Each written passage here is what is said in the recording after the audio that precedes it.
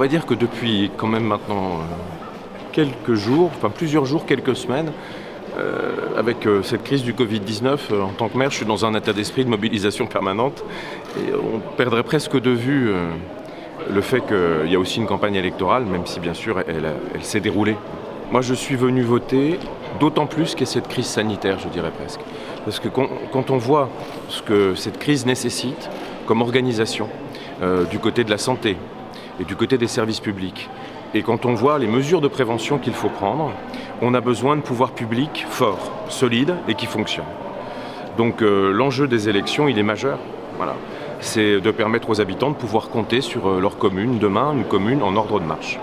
C'est effectivement un moment particulier parce que la démocratie s'exerce alors que la France vient de passer au niveau 3 d'alerte et que les pouvoirs publics aujourd'hui conseillent aux Français de ne pas se regrouper, de rester chez eux le plus possible, en tout cas d'éviter les lieux de rassemblement.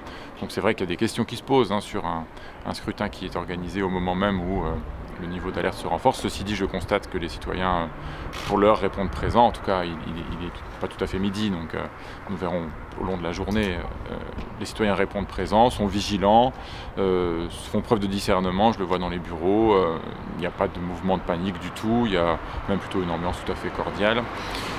Donc voilà, c'était effectivement un moment paradoxal, à la fois de grande vigilance, de gravité, parce que moi-même je continue à me préoccuper tout au long de la journée de la façon dont vont s'organiser les services du département dès demain, la façon dont vont être accueillis les enfants dans les collèges ou pas, et dans quelles conditions, la façon dont nous allons prendre en soin nos aînés, les personnes fragiles, et dont les agents du département vont maintenant, comment les agents du département vont travailler, et puis en même temps la démocratie s'exerce. Donc il y a cette finalement double responsabilité aujourd'hui, celle à la fois de veiller à la sécurité, à la santé, à des mesures de précaution pour éviter une propagation encore plus importante du virus, et l'exercice de la démocratie simultanément.